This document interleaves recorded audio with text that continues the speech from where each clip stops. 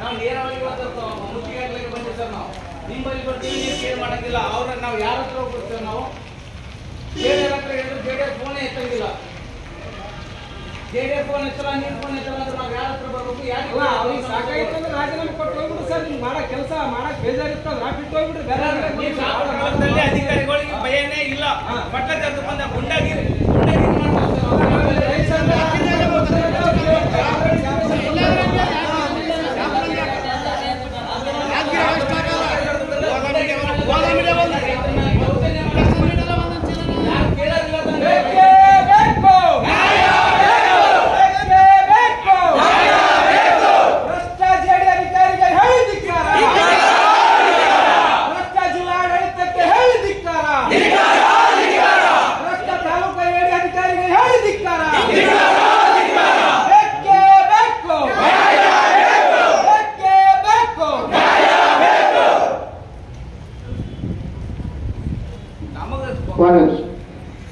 ಯಾವ ರೈತನು ಕೂಡ ಸರ್ಕಾರಕ್ಕೆ ಮನವಿ ಮಾಡಿ ನಮಗೆ ರಸಗೊಬ್ಬರ ಸರಬರಾಜು ಮಾಡ್ರಂತೇಳಿ ನಾವೇನು ಹೇಳಿದೇವನಪ್ಪ? ತಂದು ಕೊಟ್ಟಿರ್ತಕ್ಕಂಥವ್ರು ಸರ್ಕಾರ, ಮತ್ತು ಅದನ್ನು ಸರಬರಾಜು ಮಾಡಿರ್ತಕ್ಕಂಥದ್ದು ದೊಡ್ಡ ದೊಡ್ಡ MNC ಕಂಪ್ನಿಗಳು. ಅದನ್ನ ಪೂರೈಸಿದಂತ ಎಲ್ಲ ರಾಜ್ಯಾದ್ಯಂತ ದೇಶಾದ್ಯಂತ ಅದನ್ನ ಪ್ರತಿಯೊಂದು ಅಂಗಡಿಗಳಿಗೆ ಲೈಸೆನ್ಸ್ ಕೊಟ್ಟಿರ್ತಕ್ಕಂಥವ್ರು ಯಾರು? ಕೃಷಿ ಇಲಾಖೆ. ಈಗ ನೀವು ಅದನ್ನು ಕೊಟ್ರಿ, ಈಗ ಮತ್ತೆ ಗೊಬ್ಬರ ಬೇಡ, ಇವರೇ ಬೇಡ, DAP ಬೇಡ. ಮತ್ತೆ ಇದ್ರ 30 ವರ್ಷದಿಂದಲೇ ತಾವು ತೀರ್ಮಾನ ಮಾಡಬೇಕಾಗಿತ್ತು. ಇದರಿಂದ ನಮ್ಮ ಭೂಮಿ ಹಾಳಾಗ್ತದ, ಇದರಿಂದ ನಮ್ಮ ಜಲ ಸಂಪತ್ತು ಹಾಳಾಗ್ತದ, ಇದರಿಂದ ನಮ್ಮ ವಾಯು ಮಾಲಿನ್ಯ ಹಾಳಾಗ್ತದ. ಇದ್ರ ಬಗ್ಗೆ ಅವಾಗ ತಮಗೆ ಗೊತ್ತಿಲ್ಲ. ಹೌದ್ರಿ? ಅವಾಗ ಅದೇ ರಾಸಾಯನಿಕನು ಕೂಡ ಅವಾಗೂ ಕೂಡ ಇತ್ತು. ಈಗ ಆಗ್ತಕ್ಕಂಥದ್ದು ಅದೇ DAP ಯಲ್ಲಿ ವಿಷಯನೇ ಆದ, ಯೂರಿಯಾದಲ್ಲಿ ಕೂಡ ವಿಷಯ. ಹೌದ್ರಿ? ಮತ್ತೆ ಇವಾಗ ನ್ಯಾನೋ ಯೂರಿಯಾ ಹೊಸದು ಬಂತು. ನ್ಯಾನೋ ಯೂರಿಯಾ ಮುಡುಗುಡು ಗ್ರಾಮದಲ್ಲಿ ರೈತರು ಯಾರವರು? ಅಯ್ಯಣ್ಣ ರೆಡ್ಡಿ ಅಂತೇಳಿ ಇಡೀ ಹೊಲ ಮಳೆ ಹೋಗ್ಯಾರ. ಕೇಳ್ರಿ ನೀವು ಸರಿಯಾಗಿ, ದಯವಿಟ್ಟು ಇದನ್ನ ಮಾಧ್ಯಮದವರು ಸುದ್ದಿ ಮಾಡ್ಬೇಕು. ಮುಡುಗುಡು ಅಯ್ಯಣ್ಣ ರೆಡ್ಡಿ ಹೊಲದಾಗ ಇದೇ ನ್ಯಾನೋ ಯೂರಿಯಾ ನ್ಯಾನೋ DAP ಹಾಕಿ ಇವತ್ತಿನ ಬೆಳೆ ಒಣಗ್ಯದ. ಇದನ್ನ ಪರಿಹಾರ ಕೊಡೋರು ಯಾರು? ಫಸ್ಟ್ ಅದ್ರ ಬಗ್ಗೆ ತೀರ್ಮಾನ ಆಗ್ಬೇಕು. ಇವತ್ತು ನಮಗೆ ರಸಗೊಬ್ಬರ ಇಲ್ಲ ಅಂತ ನೀವು ಮುಂಚೆನೆ ಹೇಳ್ಬೇಕಿತ್ತು. ನಾವು ಬಿತ್ತನೆ ಕಡಿಮೆ ಮಾಡ್ತಿದ್ವಿ, ನಾವು ಬಿತ್ತಕ್ಕಂಥ ಬೆಳೆಗಳನ್ನ ಬದಲಾವಣೆ ಮಾಡ್ಕೊಂತಿದ್ವಿ. ಲಕ್ಷಾಂತರ ಪ್ಯಾಕೆಟ್ ಹತ್ತಿ ಬೀಜ ಕೊಟ್ಟು ಈಗ ನನ್ನ ಬಳಿ DAP ಇಲ್ಲ, ನನ್ನ ಬಳಿ ಯೂರಿಯಾ ಇಲ್ಲ, ನನ್ನ ಬಳಿ ಕಾಂಪ್ಲೆಕ್ಸ್ ಇಲ್ಲ ಅಂತಂದ್ರೆ ಆ ಪ್ಯಾಕೆಟ್ ಬೀಜದ ರೊಕ್ಕ ನೀವು ಕೊಡ್ತಿರೋ, ಸರ್ಕಾರ ಕೊಡ್ತದೋ, ಯಾರು ಕೊಡ್ತಾರೋ ಕೊಡ್ರಿ. ನಾವು ಬೇರೆ ಬೇರೆ ಬೆಳೆಯನ್ನು ನಾವು ಮಾಡ್ಕೊಂತೀವಿ. ಆಗ್ಬೋದನಪ್ಪ? ಅಲ್ಲಿ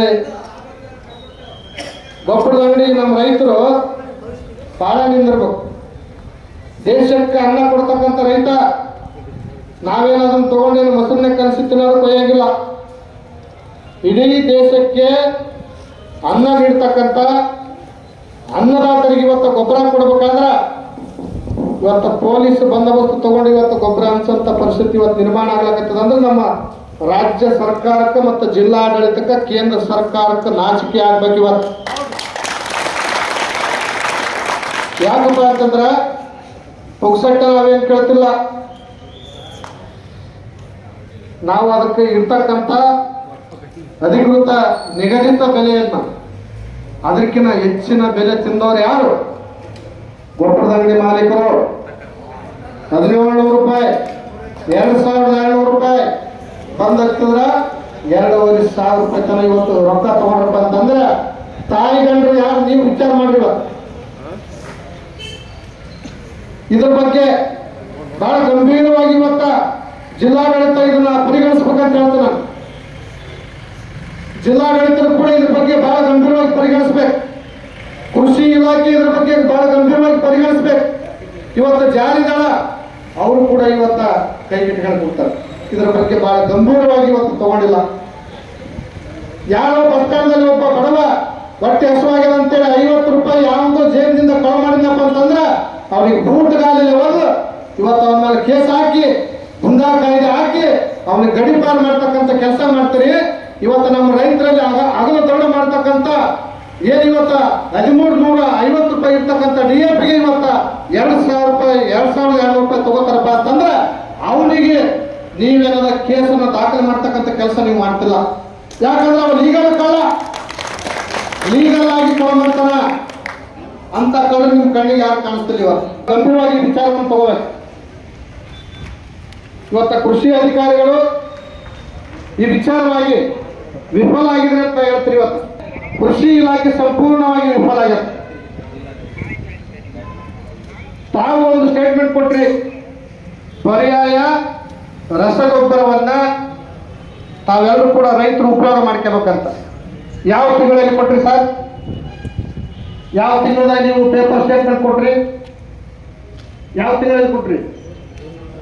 ಜೂನ್ನಲ್ಲಿ ತಾವು ಪೇಪರ್ ಸ್ಟೇಟ್ಮೆಂಟ್ ಕೊಟ್ರಿ ರಸಗೊಬ್ಬರ ಇಲ್ಲ ಅಂತೇಳಿ.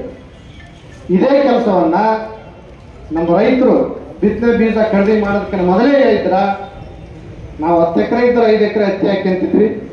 ಇನ್ನು ಉಳಿದಿರ್ತಕ್ಕಂಥ ಜೋಳ ಸೇವೆ ಏನಾದ್ರು ಬೇರೆ ಗೊಬ್ಬರ ಫರ್ಟಿಲೈಸರ್ಗಳ ಮೇಲೆ ಅವಲಂಬನೆ ಇರ್ತಕ್ಕಂಥ ಬೆಳೆಗಳನ್ನ ನಾವು ಮಾಡ್ಕೊತಿದ್ವಿ. ಹೌದೇನ್ರಪ್ಪ? ಯಾಕೆ ನೀವು ಅದ್ರ ಬಗ್ಗೆ ಮಾಹಿತಿ ಕೊಡಲಿಲ್ಲ? ಕೃಷಿ ಇಲಾಖೆ ಕೆಲಸ ಏನದ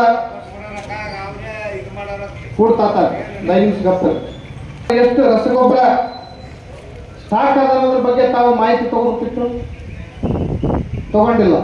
ಯಾಕಂದ್ರೆ ಬೀಜ ಬಾರದೆ ಗೊಬ್ಬರ ಬಂದಿಲ್ಲ ಅಂದ್ರೆ ಗೊಬ್ಬರನ ಯಾವುದೋ ಒಂದು ಮಿಕ್ಸರ್ ಕಂಪ್ನಿಗಳಿಗೆ ಅಲೋಕೇಶನ್ ಕೊಡಬೇಡ್ರಿ. ಇದ್ರ ಬಗ್ಗೆ ನಾವು ಹೇಳೋದಲ್ಲ, ನಿಮ್ಮ ಕೆಲಸ ಇದು.